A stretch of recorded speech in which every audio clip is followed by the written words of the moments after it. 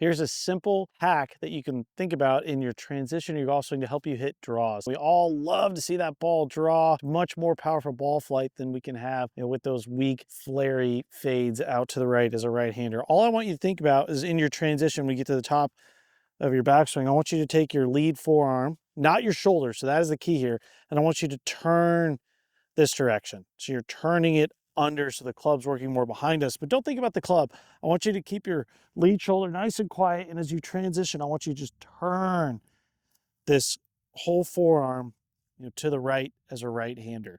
That's really going to help our path move, I'd say roughly 2 degrees to the right. It's going to help promote more of that draw bias, which is we love specifically with our irons to have that really strong ball flight. Really simple. Up to the top, make sure that lead shoulder stays nice and quiet. As we transition down, take that lead forearm and just turn it slightly. You're going to be hitting these nice tight draws, which are just so fun to watch.